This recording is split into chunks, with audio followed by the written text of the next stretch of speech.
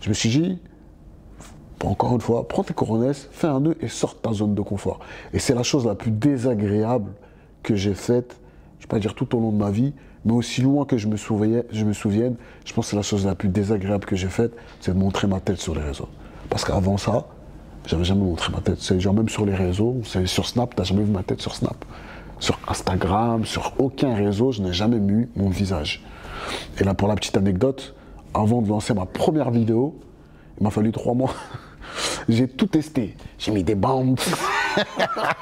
J'ai mis un masque. Frère, je voyais ça rimait à rien. J'ai voulu mettre un masque de loup. J'ai tout essayé. Je me suis dit, là, tu essaies juste de camoufler tes faiblesses. Tu sais que t'es pas pour ça un truc, sors ta zone de confort. Et vas-y, lance ça. Fallait garder le masque de loup. Black Wolf. Et ouais, ça, il m'a fallu 3 mois, mais une fois que je l'ai sorti, je dis, vas-y, tu te lances, tu vois.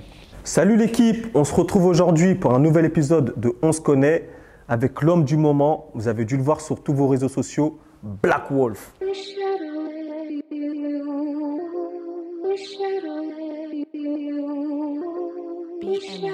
Blue Magic Film.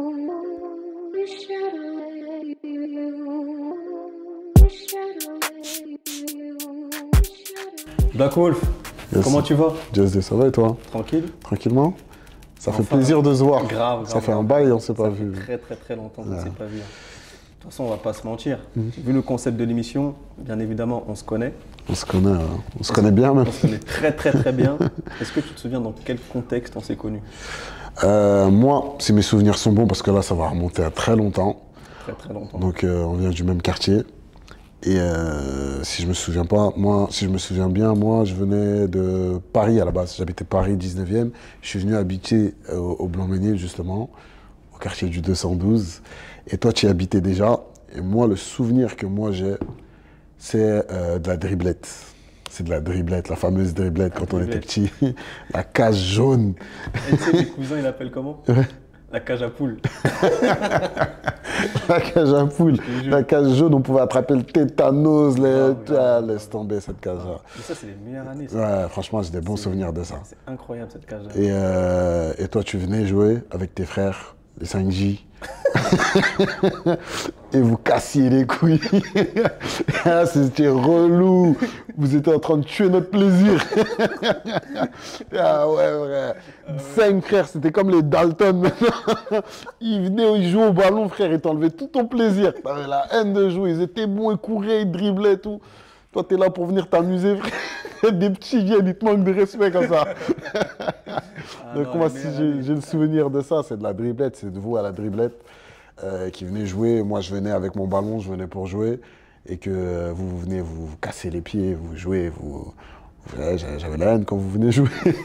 Parce que vous étiez bon. Et c'était bizarre de voir autant de talent dans une famille. Moi, ça m'avait marqué, ça. Parce qu'on voit du talent, c'est un mec, c'est un truc. Mais quand tu vois des frères venir comme ça, qui sont tous un plus petit que l'autre, tu vois. Surtout, tu avais un petit frère. Je sais pas aujourd'hui c'est lequel, parce qu'à l'époque, vous avez tous la même tête. Donc, je ne saurais pas c'est qui était tellement bon, mais un petit m'énervait. C'était Jason, parce que Jason, lui, il jouait vachement avec nous. D'accord. Déjà, depuis tout petit, il jouait déjà avec les grands. D'accord. Je pense que tu parles de Jason. Ouais. Mais en tout cas, c'est moi mon souvenir que j'ai de notre rencontre avec tes frères, avec tes petits frères. C'est la bonne? Ouais. Tu t'aurais dit la même chose? J'aurais dit la même chose. Mais tu vois, là, tu me parlais de la driblette. À côté, il y avait un terrain de basket. Ouais. Et moi, j'ai le souvenir où tu jouais au basket. Yes. Ça, c'est arrivé après. Quand je suis arrivé, je jouais un peu au foot, tout ça. Arrivé à l'époque de l'adolescence, parce que je suis arrivé au Blanc-Mesnil, j'étais très jeune, genre 8-9 ans, tu vois. Et donc, le basket, c'est arrivé après. Arrivé à l'époque du collège. J'ai beaucoup joué au basket, ouais. Ah ouais? Ouais. Mais c'était rare à l'époque. Comment tu as basculé dans le basket? J'ai basculé dans le basket, comment? C'est une très bonne question. Franchement, je ne saurais pas du tout. Qu'est-ce qui m'a emmené? Est-ce que c'est un pote? Est-ce que c'est un truc? Je sais pas du tout. Mais je sais que quand j'ai commencé, j'ai pu lâcher. J'ai kiffé, j'étais pris de passion pour le basket, moi. Ah ouais? Beaucoup. Tu sais que moi, tu es l'une des personnes au quartier qui m'a le plus marqué. Ah ouais? En bien, j'espère. En bien, bien sûr, en bien. En bien, en bien. Non, tu m'as marqué parce que tu étais souvent seul. C'est vrai, Déjà, ça, c'est j'ai des toujours été choses. Ouais, solitaire, tu c'est étais vrai. toujours seul. Déjà, ça, c'est des choses qui m'interpellaient. Je me dis, mais lui, c'est le seul mec du quartier, je vois tout le temps tout seul. Tu vois? Et je voyais, tu étais dans tes études, je voyais quand tu faisais tes trucs, tu étais tout seul, tu avais besoin de personne. Tu vois, dès que tu voulais faire quelque chose, tu le faisais dans ton coin. Et voilà, je me suis toujours dit, non, lui, il a une gamberge pas comme tout le monde. Depuis jeune, j'ai eu la chance, si tu veux. Moi, déjà, depuis tout petit, j'ai toujours fréquenté les plus grands. Ça a été une chance pour moi. Des fois bien, des fois en mal, parce que forcément, il y a ce qui implique, tu vois. Mais j'ai eu la chance de traîner avec les grands et j'ai eu la chance de voyager tôt. Et ça m'a tout de suite amené une autre vision, si tu veux, du monde et me sortir un peu de la vision quartier. La vision quartier, que tu es dans le quartier, que tu parles avec que des gens du quartier, ça amène tout le temps aux mêmes conversations, aux mêmes choses, tout ça. Et vu que depuis tout petit, j'ai toujours eu un peu cette dalle et cette débrouillardise, je me suis toujours dit, tu vois, je sais pas comment te l'expliquer, tu vois, mais en réalité, quand tu vois plus loin et que tu as des attentes qui sont plus hautes, tout ce que tu vas voir qui gravite autour de ce truc, ça perd de la, tu le minimises, tu vois. Je sais pas si tu vois ce que je veux dire. J'avais beaucoup de mal déjà très jeune avec la mentalité quartier, quartier, quartier. Beaucoup de mal. Mais ça, tu l'as développé ou direct, tu pensais comme ça? Je l'ai développé avec le temps, avec les expériences. Les expériences de vie. Beaucoup, je les ai développées. Hein.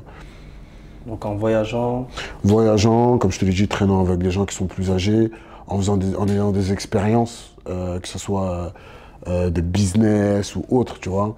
J'ai beaucoup fréquenté des gens qui étaient plus âgés, qui m'ont donné dans mes mains des choses qui étaient pas de mon âge peut-être, tu vois, à l'époque. Donc tout de suite, tu as une autre vision. les plus grands, sans forcément que tu sois demandeur, ils te confiaient des responsabilités. Donc tu aspirais déjà confiance. C'est ça, j'ai beaucoup aspiré. Maturité. C'est ça, ouais. C'est ce qui m'a beaucoup aidé étant jeune. C'est des gens qui estimaient, qui trouvaient que j'étais ce petit qui avait la dalle, qui peut-être se voyaient en moi plus jeune, ou bien ce genre de choses, qui m'ont facilité beaucoup de choses étant jeune, tu vois. Et étant plus petit, tu rêvais de quoi, toi? Parce que on sent que voilà, il y a le côté débrouillard. Directement, tu veux faire des choses, mais il y avait un but, il y avait un rêve, il y avait quoi? Ou tu voulais juste. Je pense que c'est dans mon sang, ma manière d'être. J'ai ce besoin d'entreprendre, ce besoin de faire des choses qui faisaient que bah, tu peux pas rester assis, tu vois. Ça fait partie de toi. Quand ça fait partie de toi, tu peux pas. Tu vois, toi, tu as toujours joué au foot, ça fait partie de toi un peu. Tu as besoin d'aller te dépenser, tu as besoin de ces choses-là. Bah, moi, de cette même manière, vu que j'ai toujours eu une certaine débrouillardise, une certaine gamberge, bah, j'avais ce besoin-là, tu vois. J'avais ce besoin-là, je pense que ça s'est développé avec le temps. Black Wolf. Yes, Black Wolf. Pourquoi Black Wolf? Black Wolf, parce que ça, c'est tout simplement un ancien collègue de la SNCF. C'est lui qui m'a mis dans les business en ligne. Et donc lui m'a parlé du dropshipping à l'époque. Il m'a expliqué, je ne savais même pas ce que c'était hein, concrètement, tu vois. Et il me l'a expliqué, tout ça, j'ai vu le business model. J'ai tout de suite vu la dinguerie pour moi à mes yeux, tu vois. Et j'ai tout de suite kiffé, je me suis mis à fond dedans. Et lui, ça faisait un moment qu'il était dedans. Et du coup, quand il m'a expliqué un peu, je suis parti, j'ai commencé à me renseigner, à chercher. Je suis revenu à lui une semaine après en lui expliquant ça, t'as besoin de ça, tiens. Et que lui, il était choqué. Je me dis, mais tu connaissais il y a une semaine, tu viens, c'est toi, tu m'apprends les trucs. Et t'es vraiment un loup. Hein. Tu changeras jamais. Toi, c'est Black Wolf. Et quand il me l'a dit, ça a sonné dans mon oreille comme un. Parce que depuis que je suis petit, on m'a toujours dit, t'es un loup. T'es un loup, t'es un loup, t'es un loup. De ma capacité, si tu veux, à mettre des systèmes en place. À comprendre l'écosystème, comment ça fonctionnait, venir avec un résultat fini. Et donc, vu qu'on me l'a toujours dit et que lui, il est venu en m'appelant Black Wolf, bah, j'ai dit, ouais, pourquoi pas garder le nom. Quand je suis arrivé sur les réseaux, j'ai récupéré ce blaze-là. J'ai trouvé que ça m'allait bien, tu vois. Donc, je l'ai gardé. Dès petit, tu avais un peu ce côté entrepreneur, en vrai. La fibre. Tu l'avais déjà, même si c'était pas assez poussé, mais il y avait des prémices, si on peut dire ça comme ça. Ouais. Donc, à quel moment tu commences vraiment ton premier business? Et dans quoi?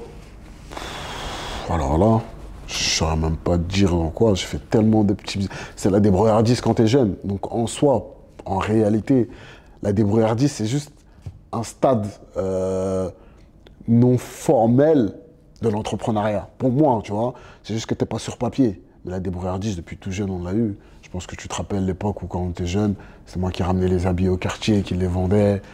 Quand c'était la rentrée, c'était chez moi qu'on arrivait. Je vendais les habits entre les Clignancourt à l'époque. On travaillait à Clignancourt. Juste parenthèse. Ouais. Là, tu m'as fait une passe par rapport aux habits.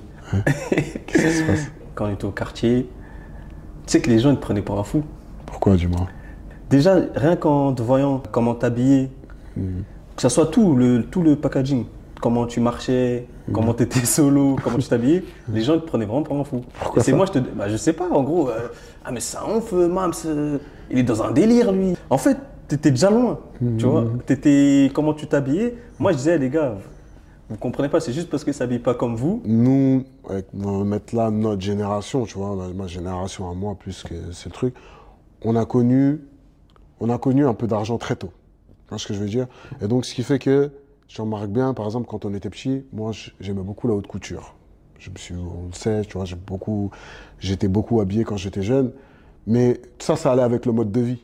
C'est-à-dire que j'étais jeune, mais j'avais un train de vie assez, déjà jeune. Donc forcément, on va me voir comme quelqu'un qui est un peu un ouf, parce que je traîne pas forcément que dans le quartier, je voyage, je fais des trucs.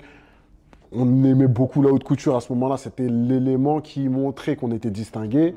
Donc forcément, pour des personnes qui vont rester toute la journée au quartier, qui sont tout en survêtement, ça va paraître bizarre de voir à l'époque, j'avais quel âge, tu vois, je commençais les habits, j'avais très tôt. Je commençais à m'habiller, je crois que j'avais 17, 18, 19 ans. On avait un délire, le frérot était habillé tout en Louis Vuitton, moi tout en Gucci. Je croyais qu'on était dans un mood, on dormait dans des lits superposés, frérot, tu vois.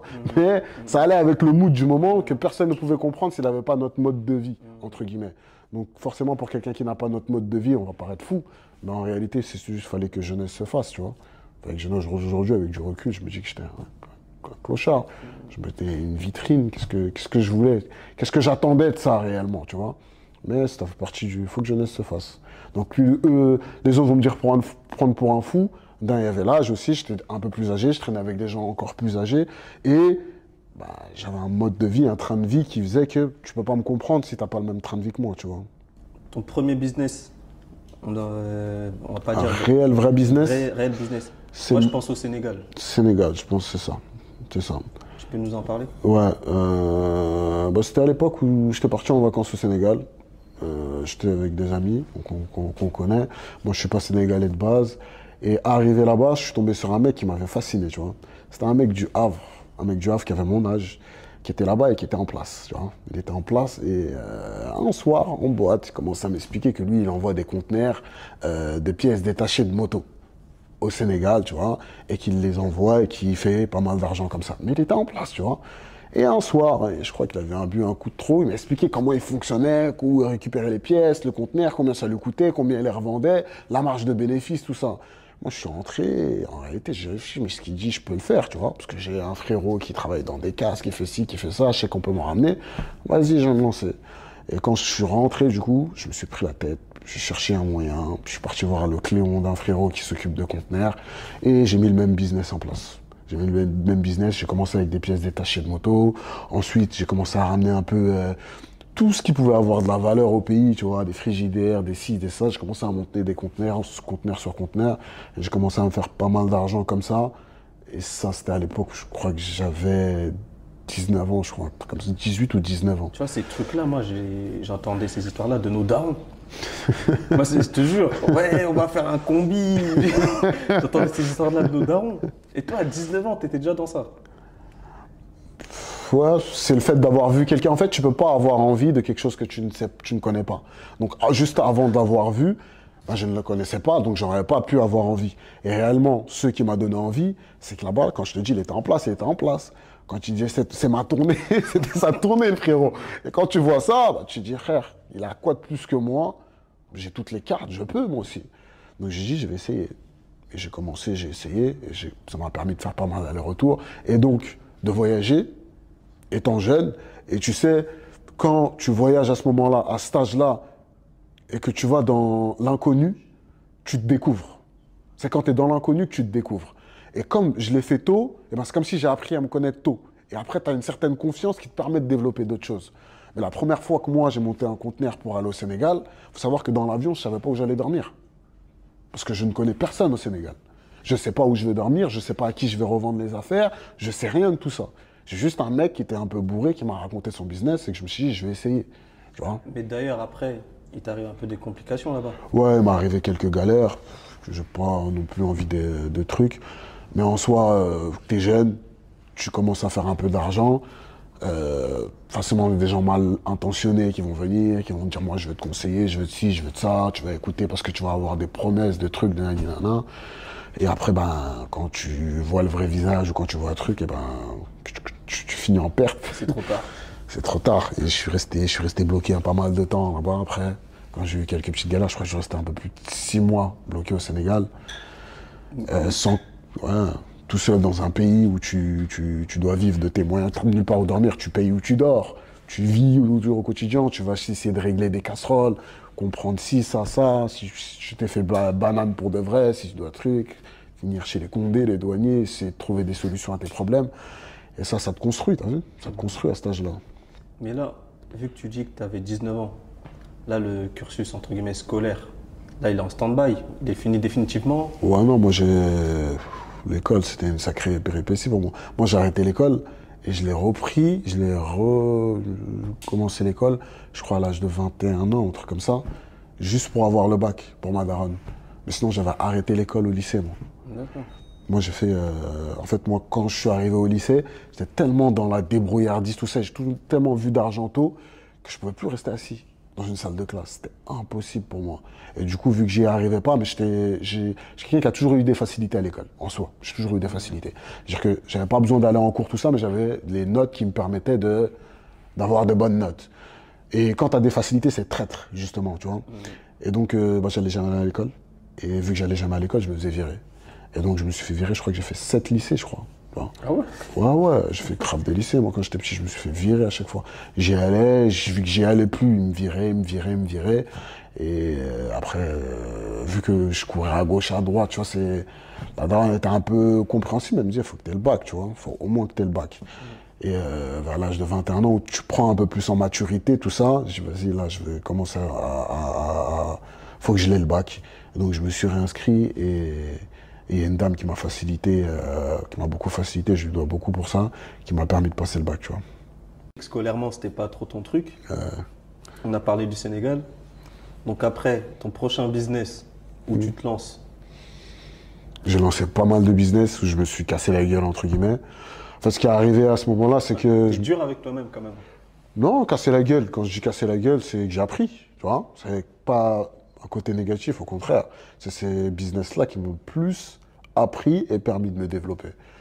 Qui m'ont permis d'être un peu plus focus sur les choses qui ont de l'importance et laisser de côté ce qui n'en a pas. Ça a réellement été la période qui m'a le plus aidé, je crois. J'ai lancé au moins 4-5 petits trucs, où à chaque fois j'avais des idées, j'essayais de les mettre en place. Vu que j'avais un peu de moyens, entre guillemets, de mon ancien business, je croyais que, tu vois, ça allait être facile d'utiliser tous les plans que j'avais dans la tête et de le mettre. Mais ça s'est pas avéré comme je le pensais, tu vois. J'avais voulu lancer une marque, j'avais voulu lancer une application, j'avais voulu lancer plein de petites choses où je me disais, ok, vas-y. Et j'ai dépensé beaucoup d'argent pour le développement des choses que j'ai jamais sorties à la fin, mais que j'avais tenté pas mal de choses, tu vois. Si je devais te sortir la liste, je pense que je ne l'aurais même pas, là, tu vois. Mais avec le recul, tu sais pourquoi ça n'a pas marché? Oui, ouais. Le manque d'expérience, l'envie de vouloir tout faire soi-même, le fait de s'arrêter sur des détails, le fait de ne pas déléguer des choses à des experts qui sont bons dans ça, en pensant que moi je pouvais tout faire. Je peux t'en faire une liste très longue de choses que j'ai apprises qui m'ont permis aujourd'hui de... Je sais que c'est des erreurs que je ne pourrais absolument plus faire aujourd'hui. Là, ce que tu décris, c'est un ego surdimensionné. Tu l'as toujours, cet ego-là? Non, c'est pas un ego surdimensionné. Bah, un ego, c'est... Quelqu'un qui... Voilà, tu te dis, je dois et je peux tout faire moi-même. Alors que tu sais qu'il y a des experts. C'est-à-dire que tu te dis que... Tu vois ce que je veux dire? Ouais. C'est de l'ego quand même. Pas de l'ego dans le sens où tu crois que tu es meilleur que les autres, mais de l'ego dans le sens où tu penses que pour que ça fonctionne, il faut que tu le fasses à ta manière.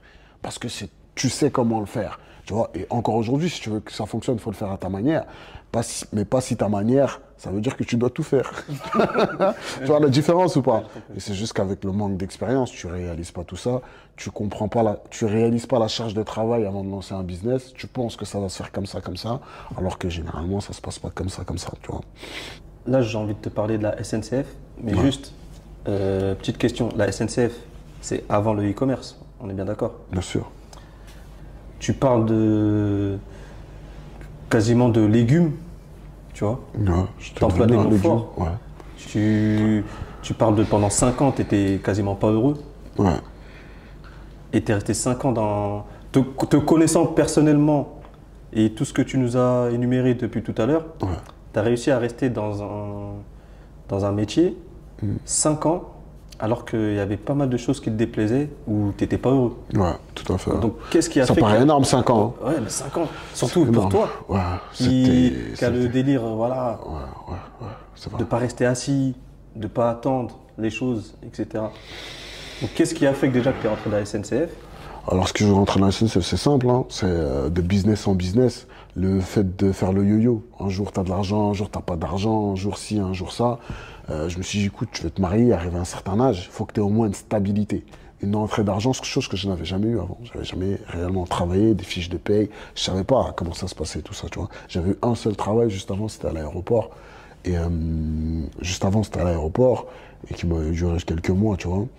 Et donc, je me suis dit, il me faut cette stabilité-là. Il faut que j'ai, et cette stabilité va me permettre de pouvoir lancer d'autres business. C'est ce que j'ai cru en me lançant. Je me suis dit, j'ai la stabilité, je vais travailler, j'aurai des trucs, et à côté, je vais me concentrer sur mes business, et je vais enfin pouvoir les lancer. Parce que toi, au début, tu pensais que tu allais rester que 6 mois. Je me suis dit, je vais faire 6 mois, le temps de taf. Ils vont me donner un appart, je vais être tranquille, je vais faire mon mariage, tout ça. Après, pouf, ça y est, je suis parti. La réalité, c'est que je suis rentré, ils m'ont mis des heures décalées. À un moment, je commençais à 5 h du matin. J'avais des heures, je commençais à 5 h du matin. Je finissais à 13 h, 4 jours d'affilée. Après, j'avais 2 jours de repos. Après, je travaillais à 17 h, je finissais à 1 h du matin. 2 jours de repos, je reprenais le matin. Mon corps, il ne savait même plus quel jour on était. C'est-à-dire que, tu sais, entre le jour où je finis à 1 h du matin et l'autre jour où je commence à 5 h du matin, il y a 4 heures de décalage. C'est-à-dire que moi, mon corps, en réalité, ça ne savait même plus comment il truc. Je ne savais plus à quelle heure je devais avoir faim, à quelle heure il fallait dormir. Et tout ça, en fait, ça veut dire que j'étais toujours fatigué. Pendant 5 ans. Pendant 5 ans, ça. Pendant 5 ans. Mais qu'est-ce qui fait que tu restes pendant 5 ans? C'est le fait qu'au bout d'un moment, tu commences à te satisfaire de ce que tu as. Tu dis, finalement, c'est pas trop mal. Par exemple, quand j'étais un peu... je voyageais, je parlais avec des gens, tout ça, tu vois des gens qui sont toujours plus hauts. Donc forcément, tu as l'envie d'atteindre ce niveau-là. Mais quand tu es entouré que de gens qui se contentent de ce qu'ils ont, à un moment, tu te dis que finalement, c'est pas trop mal, tranquille. Pourquoi tu te plains? Pourquoi ils courent tous? À la fin, tu vas manger ou pas? Tu as payé ton loyer? Vas-y, tranquille. Et au bout d'un moment, inconsciemment, ça te rentre dans la tête. Parce que, mine de rien, quand tu es tout le temps fatigué, donc tu n'as pas réellement de vie à côté et que tu vas toujours au travail, et que les gens avec qui tu travailles ont un certain mindset, eh ben, d'une manière ou d'une autre, eh ben, tu commences à t'imprégner d'eux. Traîne 30 jours avec un vendeur de charbon, quoi qu'il arrive, frère, tu sais, tu vas sentir le charbon, frère. Tu vas sentir la fumée. Traîne 30 jours avec un vendeur de muscles, tu vas sentir le parfum, tu vas sentir bon. Tu vois ce que je veux dire ou pas? Et quand tu es tous les jours de la semaine avec des gens qui se contentent de ce qu'ils ont, qui, c'est pas pour dénigrer, toutes les grosses boîtes sont un peu similaires, tu vois, qui vont se battre pour une petite augmentation, vont être prêts à te mettre dans la merde juste pour pouvoir avoir un petit truc. Petit à petit, tu commences un peu à, même si tu vas pas à leur ressembler, tu commences finalement à te dire, finalement, vas-y, tranquille, tu vois. Et à ce moment-là, je crois que j'avais pris 8 kilos, 8 ou 10 kilos. Tu sais, les gens, ils aiment bien faire des avant-après. Moi, il faut que je fasse un avant-avant. Tu regardes avant la SNCF et après la SNCF, tu pètes un plomb. J'ai pris du poids, je sentais mal, je faisais plus de sport, tout ça. Mais ça, c'est quoi? C'est lié juste aux horaires? Ou c'est un tout? Ou la SNCF, ça t'a... C'est un tout, je pense que comment tu le décris, on a l'impression que ça t'a bousillé. Non, ça m'a bousillé, clairement. Quand j'ai fait un... Je vais pas parler de dépression, parce que j'en étais pas là. On va pas se plaindre. Il y a des gens qui kifferaient d'avoir un taf. Oh, le pauvre, il avait un CDI. Qu'est-ce que tu sais, t'étais pas en dépression? Ah, c'est vrai, on connaît pas trop ça, nous, t'as vu? Si ça se trouve, le psy m'aurait détecté une dépression. Mais je connais pas trop ça. Ouais, on connaît pas tout ça. Moi, en tout cas, j'avais toute ma tête, Dieu merci. Je savais que ça n'était pas trop fait pour moi, mais sinon, oui, ça allait pas plus loin, tu vois. Et c'est quand j'ai arrêté la SNCF que je me suis senti revivre, que j'ai vu que j'étais en train de mourir, entre guillemets, tu vois. C'est des grands mots, mourir, tu vois. Mais j'ai senti que je n'étais pas à ma place. Et il y a, excuse-moi, il y a un déclic aussi que j'ai eu. J'en ai eu pas mal de déclics. J'allais t'en parler. Mais j'en ai eu pas mal. Mais il y a un frérot à moi avec qui je travaillais, qui un jour m'a dit une punchline qui m'a marqué, tu vois. En fait, on a souvent des débats entre nous, tout ça. Mais à bout d'un moment, moi, j'en avais marre de débattre parce que tu vois que tu n'as pas la même vision que les autres. Quelqu'un qui ait une vision d'entrepreneur, qui n'est pas un mouton, quand il va parler avec des moutons, on ne peut pas comprendre, on n'aura pas la même langue dans tout ce qu'on va dire. Et un jour, il y a un frérot qui est venu, c'est assis, il m'a dit, tu sais, Mams, frérot, toi, je vais te parler français. Hein. Il dit, tu crois qu'on est des fous? Parce qu'on a des débats, je vois que tu tournes la tête, tu dis, c'est des fous, c'est des fous. Il a dit, moi, je te dis la vérité, frère, c'est toi le fou. Il m'a dit, parce que si tu ne penses pas comme nous, t'as rien à faire ici. Clair, frère. Tu penses pas comme nous, tu as une autre vision qui peut t'amener ailleurs. Mais qu'est-ce que tu fous là avec cette vision-là? C'est ta place, elle n'est pas ici. Nous, on est en accord avec notre pensée, nous. On est là. C'est toi, tu n'as rien à faire là. Et là, je me suis réveillé, je me suis dit, ouais, en vrai, c'est lui qui a raison, tu vois. Et là, je vais juste rebondir sur ce que tu dis par rapport à la SNCF. Parce que là, en vrai, quelqu'un qui regarde une vidéo et qui bosse à la SNCF, il peut peut-être mal le prendre, ce que tu dis. Ouais. Donc toi, c'est un cas propre à toi, ou tu penses que ce sont des métiers qui ne sont pas flatteurs, mais on peut avoir mieux? On peut avoir mieux. Que quelqu'un qui est à la SNCF peut le prendre mal. C'est quelqu'un qui aime ce qu'il fait. Il y a des gens qui aiment ça. Qui aiment travailler dans les trains, tout ce que ça implique, tout ça, ils kiffent ce qu'ils font. Tu vois ce que je veux dire? Mais quelqu'un qui va, pour se dire, je cherche une planque, comme on aime les appeler, je trouve pas que c'est la meilleure des choses. Ah, oui. Pour moi, un travail où entre hier et aujourd'hui, tu n'as pas évolué d'une manière qui t'est profitable personnellement, c'est pas un bon taf. Je sais que tu as eu un gros déclic à la SNCF, où tu t'es dit là, non, il faut que je me casse de là-bas. Ouais. Tu peux nous en parler? Parce que moi, je veux t'entendre de... C'était un jour où j'étais au guichet. Et il y a un client qui est arrivé. Il était énervé. Je crois que la veille, il y avait une grève ou un truc comme ça, nanani, nanana. Et il a commencé à m'insulter de tous les noms, tout ça, nanani, nanana. Mais on a un peu l'habitude à la SNCF, tu vois. C'est des choses qui arrivent régulièrement. Et moi, je le laisse parler, tu vois. À un moment, il me dit, sale noir, nanani, nanana, nanana. Et moi, ma tête est chauffe, tu vois. Mais tu sais, les gens qui viennent avec des trucs racistes, pour moi, c'est tellement bas que, vas-y, je calcule pas. Et avant de partir, il me dit, de toute façon, t'es bon qu'à ça, toi, vendre des tickets. Quand il m'a dit ça, il m'a fait mal. Il m'a touché. Donc toi, il t'a dit ça noir, ça m'a rien fait. Mais il a dit t'es bon qu'à ça? Tu vois ce que je veux dire ou pas? Quand il dit sale noir, quelqu'un qui dit sale noir, tu sais qu'il est limité, déjà. Là, peut voyager, tout ça. Moi, c'est limité. Et après, t'es mal luné, tu peux... Quand t'es mal luné, quand tu connais pas tes valeurs, tu peux chauffer. Quand tu connais tes valeurs, frère, quelqu'un qui vient et dit tu pues. Tu sais que tu sens bon, frère. On peut pas t'énerver. Tu vois ce que je veux dire ou pas? Un mec qui vient et dit ça noir, tranquille, tu me fais de la peine. Mais quand tu viens et que tu me dis, de toute façon, t'es bon qu'à ça, vendre des tickets, c'est comme si il avait remis en question mon mal-être d'être là déjà. Tu vois ce que je veux dire? C'est-à-dire, c'est comme s'il dit, frère, t'as raté ta vie, maintenant vends des tickets. Non, mais toi, tu le perçois comme toi. Tu as déjà une gamberge où tu savais qu'à la SNCF, tu te plaisais pas et c'était pas ton truc. Ouais. Mais tu étais là, tu te persuadais que c'était provisoire. C'est ça. Quand tu te persuades que c'est provisoire, mais que ton provisoire a commencé à durer 5 piges, déjà, dans ta tête, tu commences déjà à te... Tu vois ce que je veux dire? Il est venu, il a réveillé un truc du frère. Et lui, au moment où il me l'a dit ça, ma tête, elle a chauffé. Dès qu'il me l'a dit, je me suis levé. J'ai dit, toi, je vais te payer, frère, tu vois, tu vas me dire ou pas? Après, je me suis assis, je me suis dit, vas-y, tranquille, tu vois. Et quand je me suis assis... T'as réfléchi? C'est vrai, quand il m'a dit, t'es bon à ça, à vendre des tickets. Moi, je lui dis, de toute façon, moi, je suis pas bon qu'à ça. Toi, dans ta tête, tu te dis ça. Mais quand tu t'assis, et que le prochain client, il vient, et que tu lui vends des tickets, dans ta tête, tu dis, gros... arrête de te voiler la face, frère. T'es en train de vendre des tickets. Si tu voulais faire mieux, tu serais allé faire mieux. Mais là, tu vends des tickets. Donc il a raison. Et là, je me suis assis, t'as vu, arrête de te voiler la face. Ou tu t'avoues que t'es bon qu'à vendre des tickets, et il n'y a pas de mal à ça. Tu vois, il y a des gens qui aiment beaucoup ça, qui sont contents de ce qu'ils font. Mais si toi, t'es pas content de ce que tu fais, pourquoi tu le fais? si ce n'est parce que tu ne peux pas faire autre chose. Réellement. Et je me suis dit, pour de vrai là, si t'es pas bon qu'à ça, pourquoi tu le fais? Je suis assis, je me suis remis en question. J'ai dit, vas-y, dès ce soir, je vais trouver quelque chose et je vais me lancer dans quelque chose, peu importe dans quoi, mais je vais me prouver à moi que je suis pas bon qu'à ça, tu vois. Et ça veut dire, je me rappelle, en quittant le taf, en allant chez moi, officieusement, j'avais déjà quitté la SNCF dans ma tête. Dans ma tête, je me suis dit, et ça a réveillé la mentale de Mams. Tu vois, réellement, ça m'a réveillé. Et combien de temps après cet épisode, cette anecdote, tu quittes la SNCF? Combien de temps après? Ça se résume en quelques mois, je pense. Hein. Ouais. Quelques mois, je pense. Ouais. Le temps de travailler un truc? C'est ça, le temps de... J'ai commencé à chercher un peu différents business. Il y a le frérot, justement, l'ancien collègue qui m'avait parlé du e-commerce, dropshipping. J'avais tout de suite kiffé un peu, tu vois. Et du coup, je commençais à me lancer dans le business. Et après, j'ai eu un autre déclic quand je commençais à me lancer dans le business du e-commerce qui m'a fait me dire, écoute, si tu veux réellement te lancer dans un business, lance-toi et focalise. Mets ton focus dessus. T'as aucune raison que ça ne fonctionne pas si tu te focuses dessus.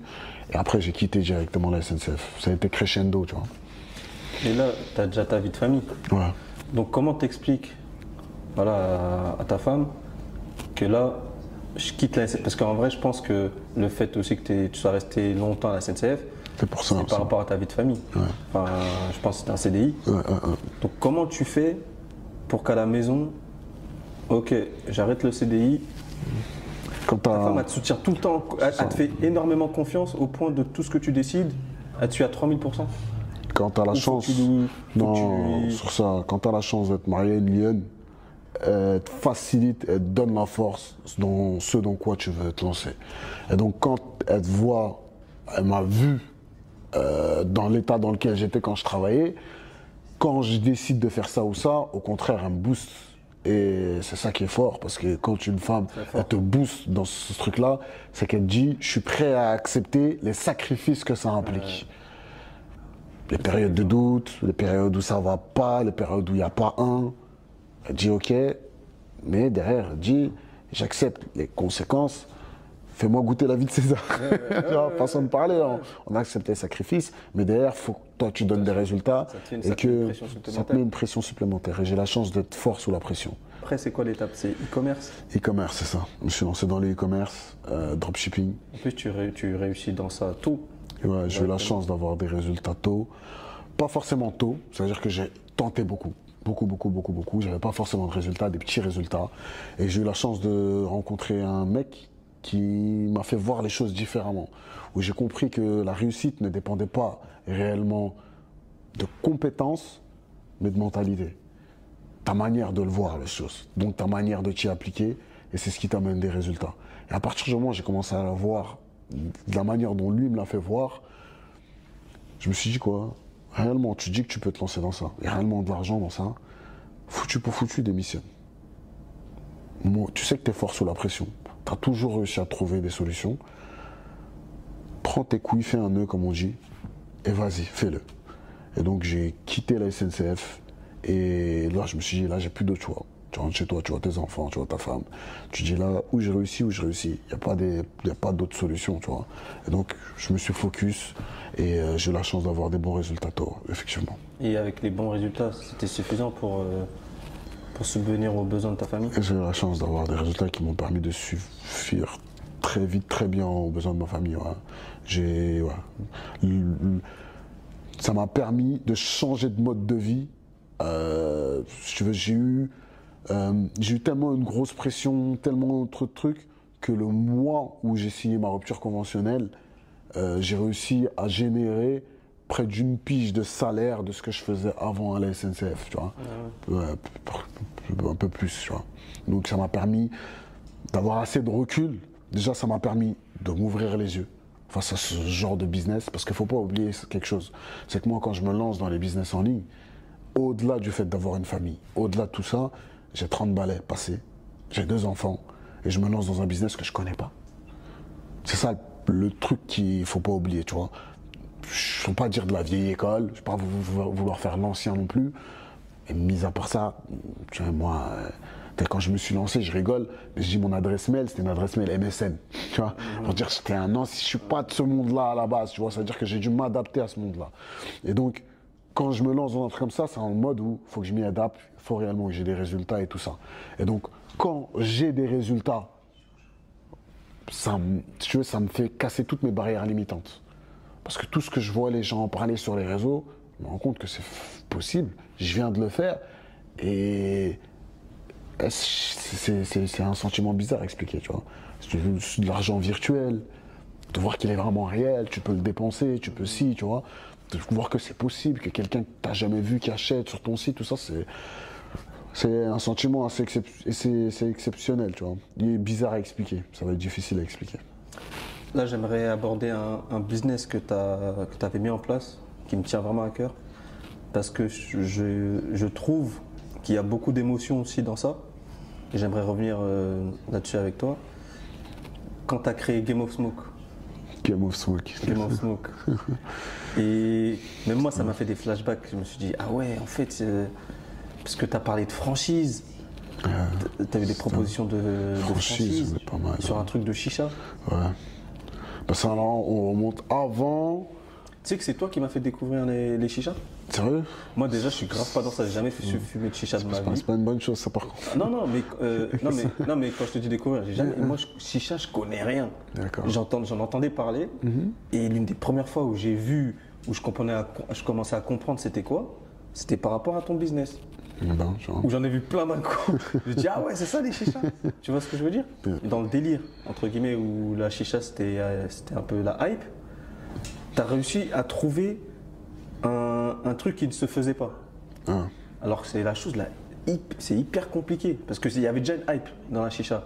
Et toi, malgré qu'il y avait déjà une hype, voilà, ça se développait, tout le monde commençait à fumer la chicha, aller dans les chichas, tout ça. Toi, tu as réussi à trouver un besoin. Tu peux nous en parler? Bah, si tu veux, c'est un truc que j'ai toujours un peu alimenté depuis que je suis jeune. S'il y a quelque chose qui me définit, c'est un peu ça, tu vois. J'ai toujours été un peu comme ça, où j'aime bien créer des systèmes, tu vois. Et ça a été le premier système, entre guillemets, que j'ai mis en partant de rien, qui m'est venu d'une idée qu'il a fallu que je goupille pour le mettre en place. Et à l'époque, comment ça m'est venu cette idée? J'étais avec un ami à moi, quelqu'un qu'on connaît, et à l'époque, je fumais beaucoup la chicha. Et on a fini de manger, et j'en étais posé comme ça au quartier, je dirais, là je fumerais bien une bonne chicha là. Et là je kifferais, quelqu'un me ramène une chicha ici, là, tout de suite, je fume, j'ai pas besoin de la laver, j'ai pas besoin de la nettoyer, juste je fume et viens la récupérer. T'imagines, ça serait un truc de fou ça.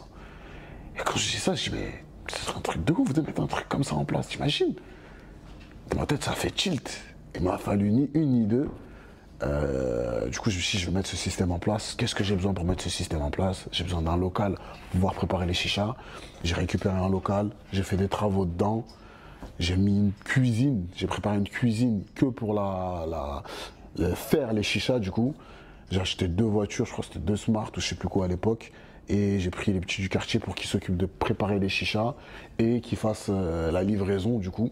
Et du coup, on livrait la chicha, les gens fumaient, ils nous appelaient quand ils avaient fini, on venait les récupérer. On a créé le premier système de livraison de chicha. Et si tu veux, ça a marqué un peu, parce qu'au-delà d'avoir mis un système en place qui n'existait pas, je suis venu avec un concept.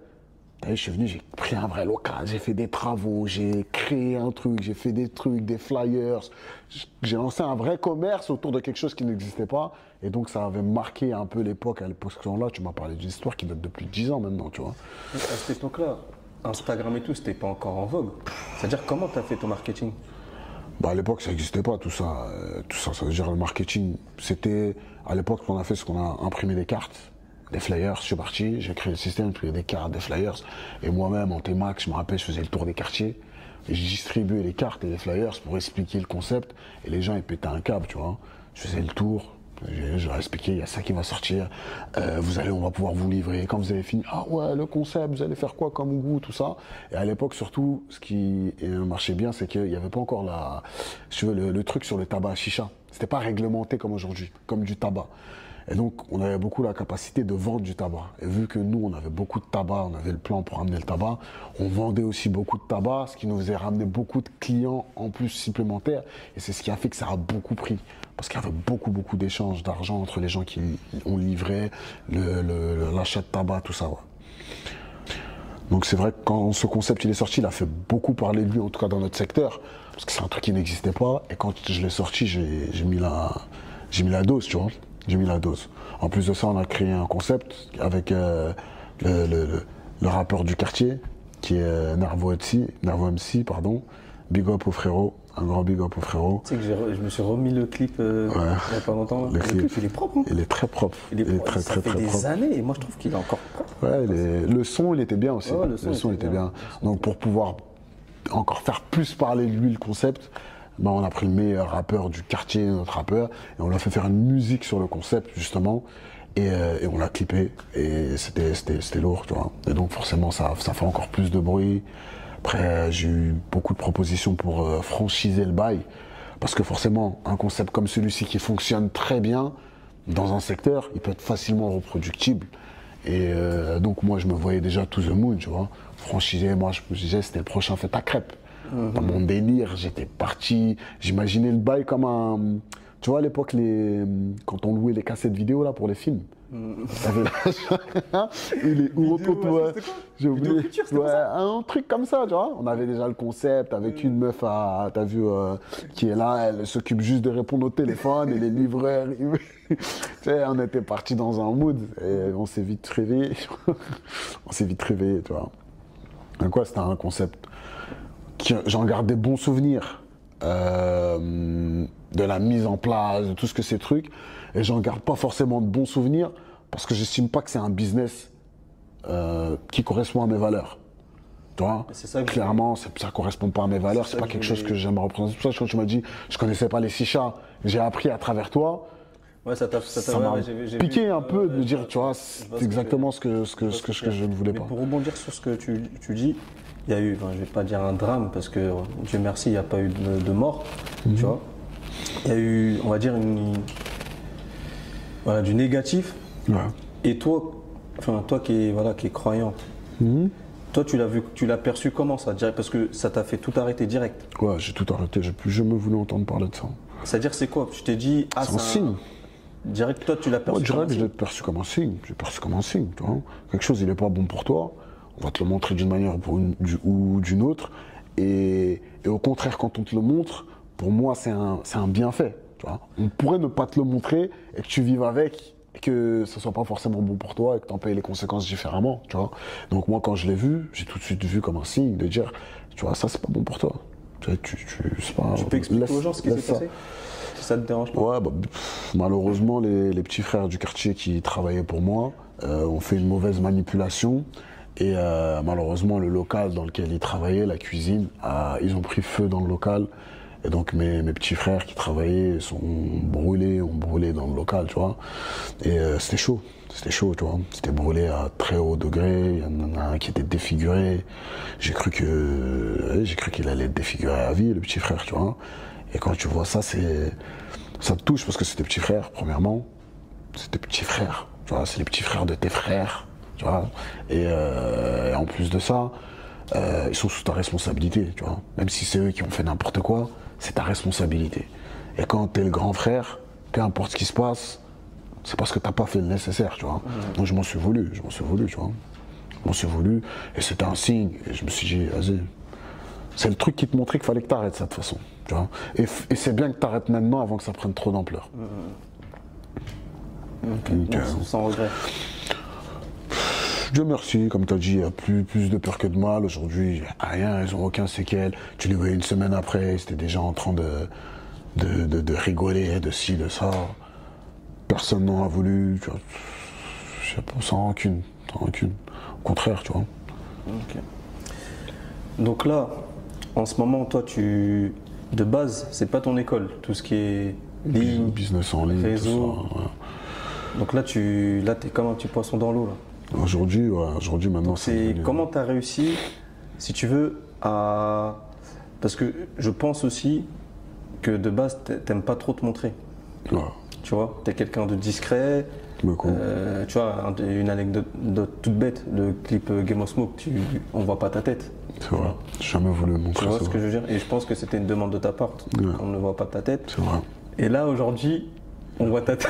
Partout sur les réseaux. On voit ta tête, on voit ta tête partout sur les réseaux, C'est tous vrai. les jours. C'est vrai. Black Wolf, Black Wolf, Black Wolf. C'est vrai. Donc c'est quoi? Tu as fait un travail sur toi-même? Comment tu nous expliques ça? Quand je me suis lancé dans les business en ligne, j'ai dû sortir de ma zone de confort. J'ai dû me mettre au pied du mur pour commencer à avoir des résultats. Ça m'a réussi, j'ai vu les résultats et je me suis découvert. Comme quand je t'ai dit, je suis parti au Sénégal à 19 ans, je ne savais pas où j'allais dormir. J'ai appris à me connaître dans ce truc-là. Pourquoi? Parce que je suis sorti de ma zone de confort. Et dans les business en ligne, il y a une question que j'aime bien poser aux gens avec qui je travaille actuellement, qui me contactent, qui aiment bien développer leur business. Je leur dis, il y a quoi entre toi et ton premier million? Il y a quoi entre toi et ton premier million? Tu veux te lancer, il y a quoi entre toi et ton premier million? Tu as forcément des barrières, tu as forcément des choses que tu peux développer et toutes ces choses-là, tu vois. Et moi, je suis conscient que entre moi et une très grande richesse, eh bien, le fait que j'arrive à sortir de ma zone de confort. À chaque fois, sortir de ma zone de confort et ma capacité à me mettre au pied du mur pour développer des nouvelles compétences et me lancer dans des nouvelles choses.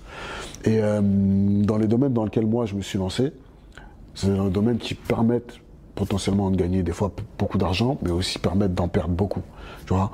Et ça arrivait à un moment dans ma vie où je me suis rendu compte que pour pouvoir avoir une stabilité dans mon business, il fallait que j'ai plusieurs béquilles, j'ai plusieurs entrées d'argent différentes, tu vois. Et là, je me suis dit, qu'est-ce que tu aimerais mettre comme business qui te parle à toi, que tu aimerais lancer? Et je me suis dit, dans tout, j'ai toujours eu des facilités pour aider les gens à développer des choses, à, entre guillemets, utiliser mon expertise, ou même maniaque, tu vois. De tout le temps, j'ai toujours eu beaucoup de facilité à motiver les gens. Donc je me suis dit, ça c'est quelque chose qui te parle, tu sais que tu peux le faire, et qu'est-ce qui t'empêcherait de le faire?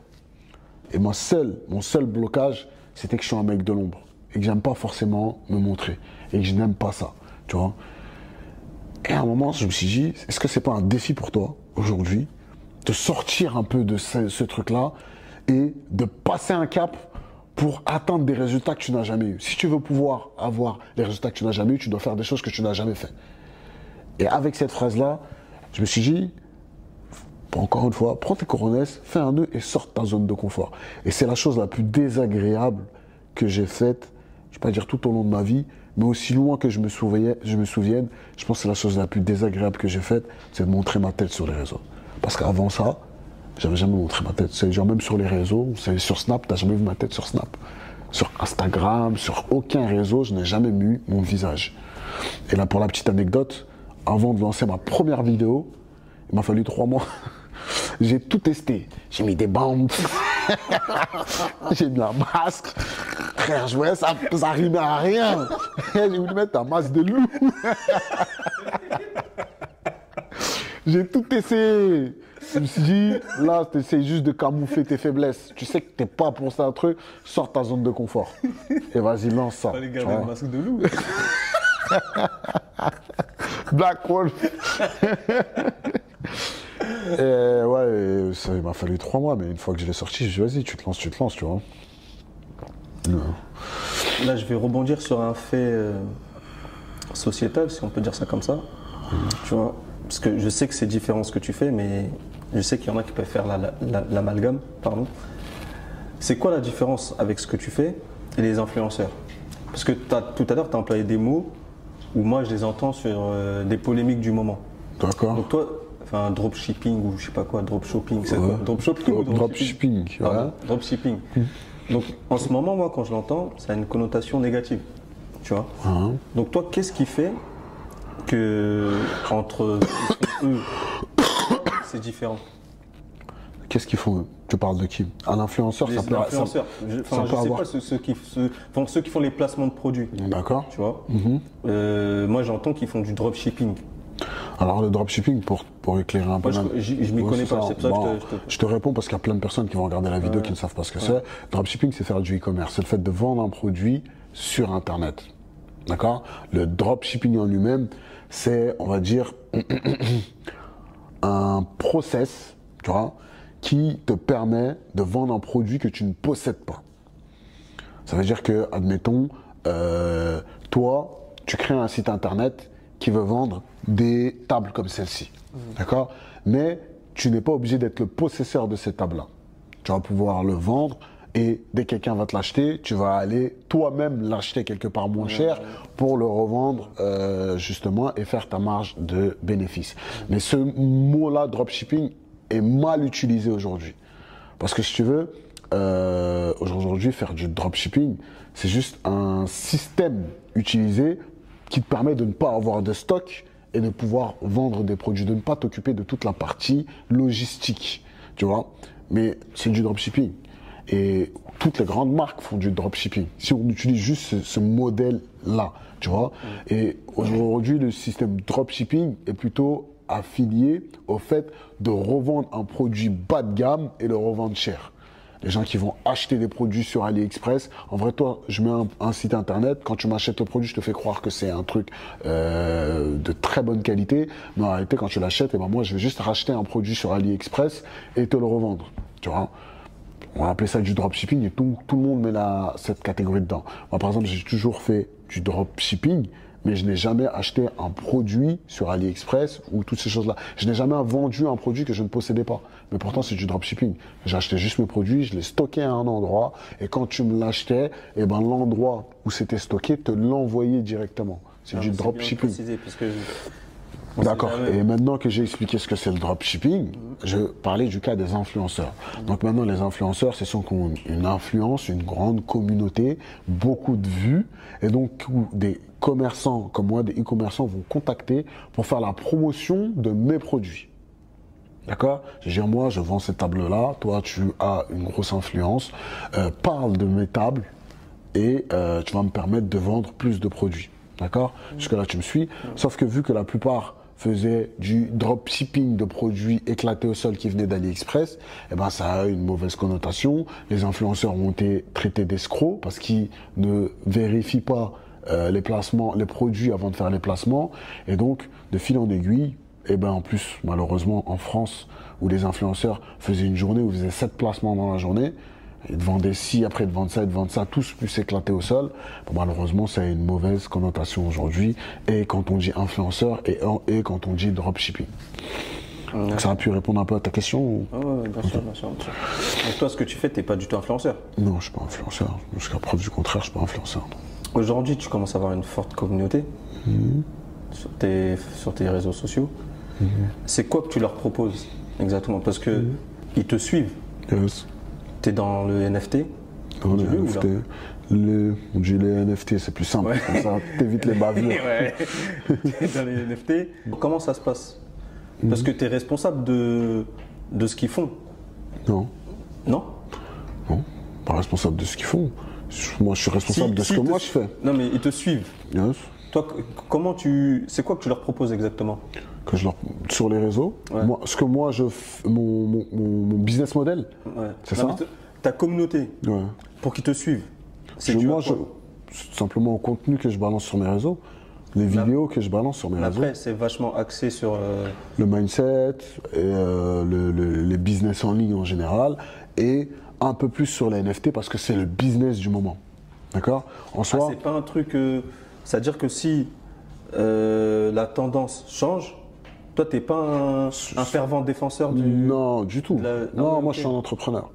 Moi je suis un entrepreneur, j'ai eu des opportunités dans les Moi, NFT. pour moi, t'étais l'image des NFT là. C'est ça, mais c'est ce que beaucoup ont comme image, Ah ouais, moi, parce pour que moi, t'es maître malheureusement, NFT. parce que malheureusement ils ne me connaissent pas. Et c'est l'image que moi je renvoie sur les réseaux, on ne voit que ce que je donne. Et actuellement je donne les NFT, tu vois, parce que c'est le business du moment, c'est celui dans lequel je suis, c'est celui dans lequel j'ai créé des systèmes. Et j'ai créé des systèmes que je peux revendre. Je revends cette expertise que j'ai acquise sur les NFT. D'accord? Voilà, c'était ça ma question tout à l'heure. D'accord. Là, tu m'as Donc je vends actuellement, c'est le business du moment. Et en plus de ça, j'ai une certaine expertise et assez de recul et j'ai eu assez de résultats pour me permettre de vendre cette expertise-là. Et c'est un business qui est très méconnu, que très peu de personnes connaissent. Je te confirme.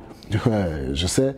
Et le fait de voir quelqu'un similaire un peu à eux, tu vois, auquel ils peuvent s'identifier, qui puisse leur mettre au clair un peu ce business-là, leur donner des informations qui arrivent d'une manière assez claire pour eux, tu vois, dans un langage qu'ils connaissent, et ben c'est un peu par cette porte-là que je suis arrivé. D'accord? Parce que ils avaient besoin de ça à ce moment-là.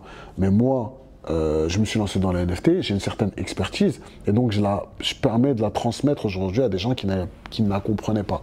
Mais c'est une partie de mon business. Moi, je fais pas mal de choses, et demain, je peux très bien être en capacité de leur vendre une autre expertise, tu vois. Ce dont le peuple me demande, je donne.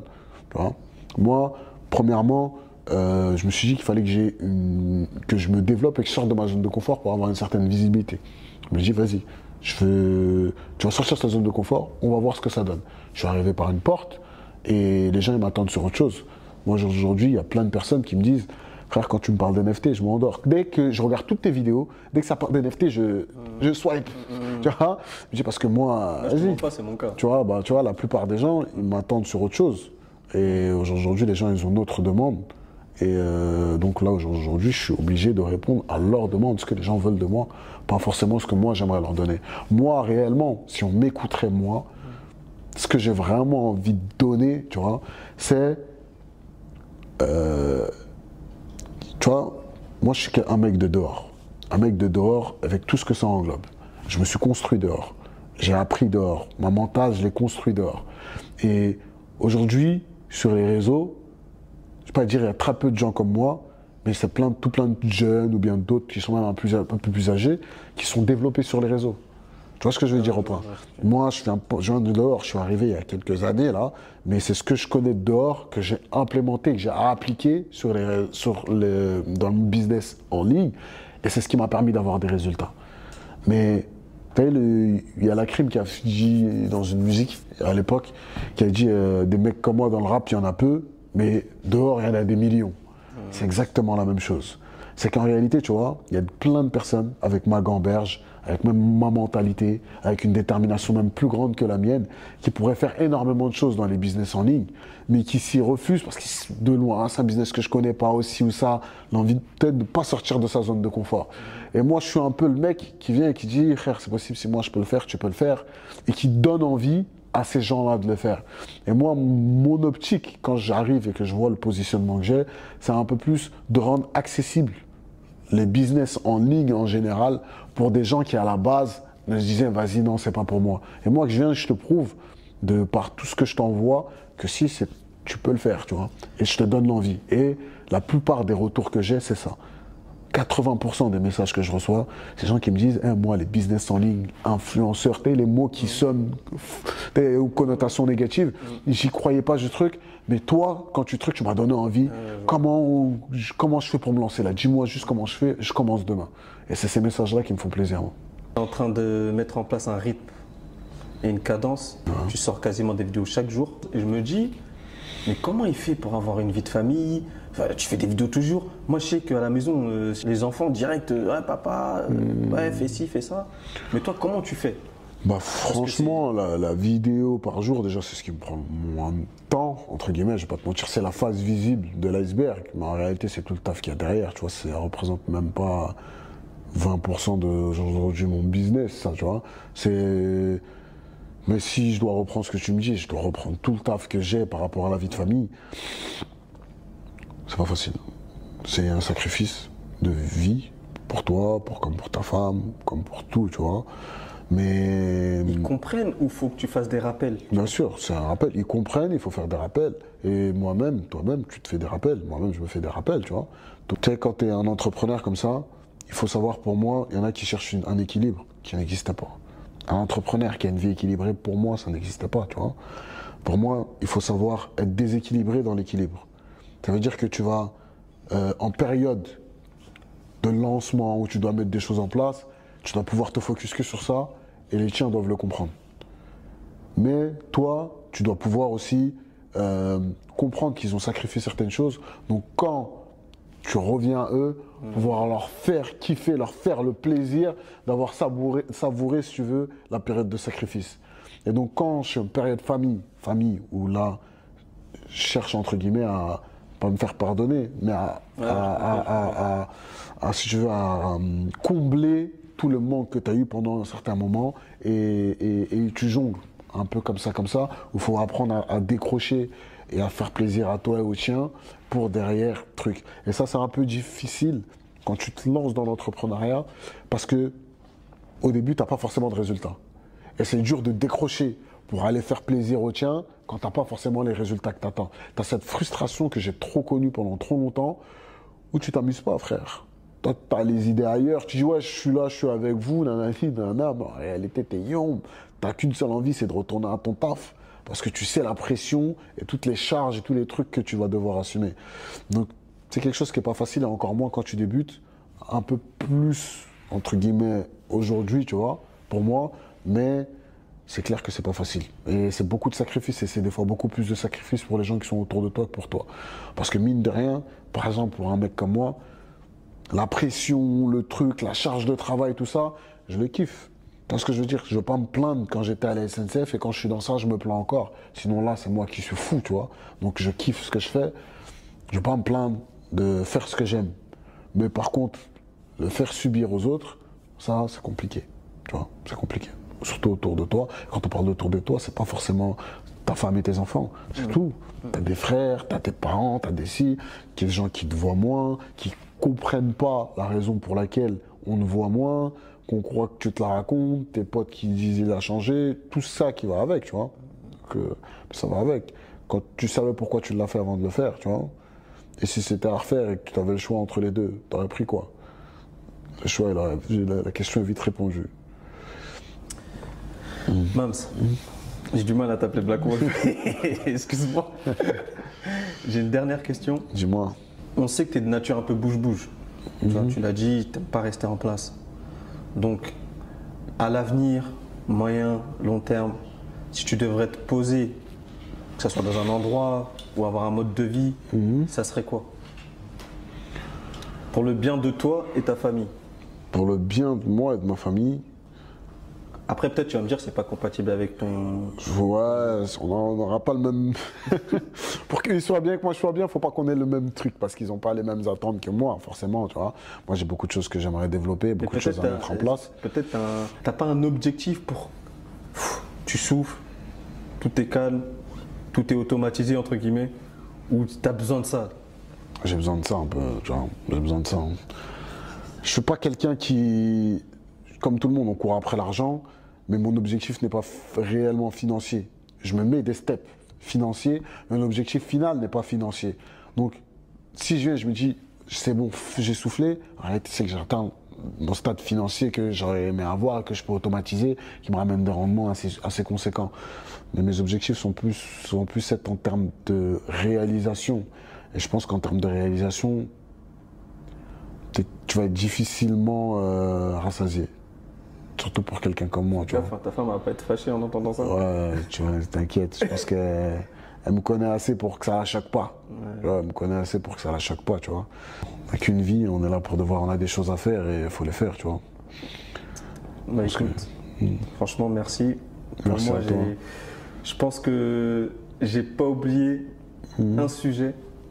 Tu m'as répondu à toutes mes questions, sans langue de bois. Sans langue de bois, tant mieux. Franchement, merci à toi. À quand le prochain interview? C'est moi qui t'interviewe. Ah ouais? Je compte mettre un système comme ça en place, ça serait cool. Pas de problème, si tu veux lancer un nouveau concept, moi, avec plaisir. Sauf que ça va être sans langue de bois et moi, je vais être dur, frère. Ah ouais? Moi, je vais être dur. Comment ça, je vais être plus dur? Parce que moi, j'ai de sacrés souvenirs, moi, je vais pas te louper. Non, blague à part, franchement. Merci à toi. Merci. Franchement, un plaisir. Franchement, c'était un plaisir. Et force à toi dans ce que tu fais. Franchement, ce que tu fais, moi, je valide fort. C'est que le début, et je sais que ça va aller très haut. Le concept, il est lourd. T'amènes une nouvelle vision un peu de l'interview, tu vois. Avec le on se connaît, j'ai bien kiffé ce truc-là. Et je pense que plus tu vas le pousser, plus ça va être lourd, tu vois. Donc ça fait plaisir d'avoir été là à ces débuts du concept. Et j'espère qu'on se reverra encore dans d'autres conditions, qu'on puisse faire quelque chose. Et ce qui est bien aussi, tu vois, c'est de pouvoir faire des choses, de se retrouver dans un autre contexte que tout ce qu'on a pu voir ou vivre étant jeune. Donc je pense que c'est un plaisir partagé, tu vois. Et force à toi, frérot. Force à toi. Merci mon gars.